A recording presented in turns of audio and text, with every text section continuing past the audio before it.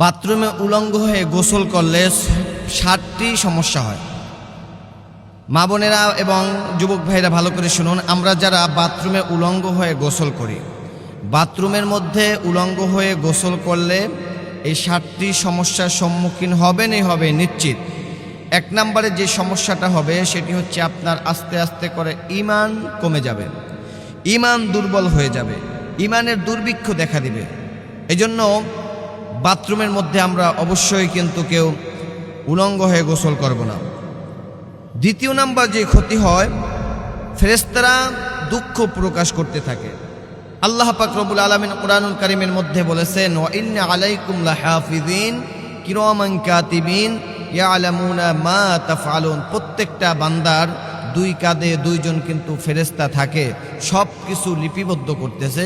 সুতরাং যখন আপনি বাথরুমের মধ্যে উলঙ্গ অবস্থায় একেবারে বেহাল অবস্থায় যখন আপনি গোসল করবেন, এমত অবস্থায় এই যে 2 কাঁধে 2 ফেরেশতা এরা দুঃখ প্রকাশ করতে থাকে আপনাকে নিয়ে।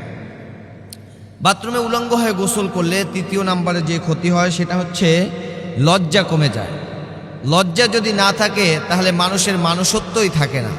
আল্লাহ নবী বিশ্ব নবী বলেছেন, আল হায়াউ শু'বাতুম মিনাল ঈমান। লজ্জা শরম হচ্ছে মানুষের ঈমানের অঙ্গ। সুতরাং বাথরুমে উলঙ্গ হয়ে গোসল করলে আপনার আস্তে আস্তে করে লজ্জা কিন্তু কমে যাবে। এজন্য লজ্জা যদি কেউ আমরা ধরে রাখতে চাই, অবশ্যই বাথরুমে উলঙ্গ হয়ে গোসল করব না। 4 নম্বরে বাথরুমে উলঙ্গ হয়ে গোসল করলে যে সমস্যা হয়, অনেক রোগ সৃষ্টি হতে পারে, বিশেষ করে মূত্রদানী রোগ হওয়ার সম্ভাবনা থাকে।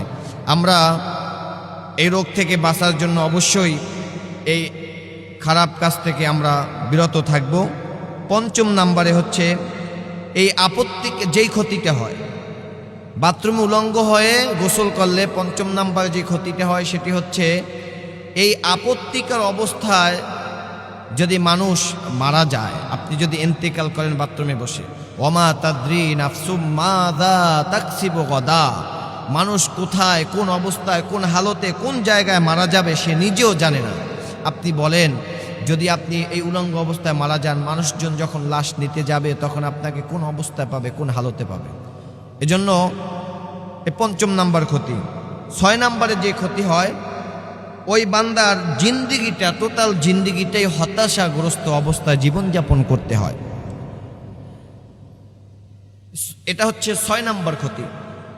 7 নম্বরে যে ক্ষতিটি হয় সেটি হচ্ছে বান্দা ইবাদতের স্বাদ কমে যায়। আস্তে আস্তে করে বান্দা ইবাদত করে, নামাজ পড়ে, রোজা রাখে, নামাজের মধ্যে খুশু পাবে না, নামাজের মধ্যে স্বাদ পাবে না।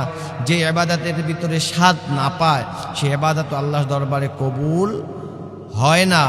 এজন্য সম্মানিত উপস্থিতি, আল্লাহ যেহেতু আমাদেরকে সৃষ্টি করেছেন, ওয়ামা খালাকাতুল জিন্না ওয়াল ইনসা ইল্লা লিয়াবুদুন, আল্লাহর ইবাদত বন্দেগী করার জন্য যেহেতু আমাদেরকে সৃষ্টি করা হয়েছে, সুতরাং ইবাদতের মধ্যে যদি আমরা স্বাদ না পাই, মজা না পাই, ওই ইবাদতের জন্য সামনে আবার আগ্রহ তৈরিও হয় না বন্দেগী করার জন্য, ইবাদত করার জন্য। সুতরাং আমরা এই 6টা ক্ষতি থেকে বাঁচার জন্য, এই 7টা ক্ষতি থেকে বাঁচার জন্য অবশ্যই বাথরুমে উলঙ্গ হয়ে গোসল না করব অবশ্যই আমরা। আল্লাহ পাক রব্বুল আলামিন আমাদের সকলকে কবুল করুক।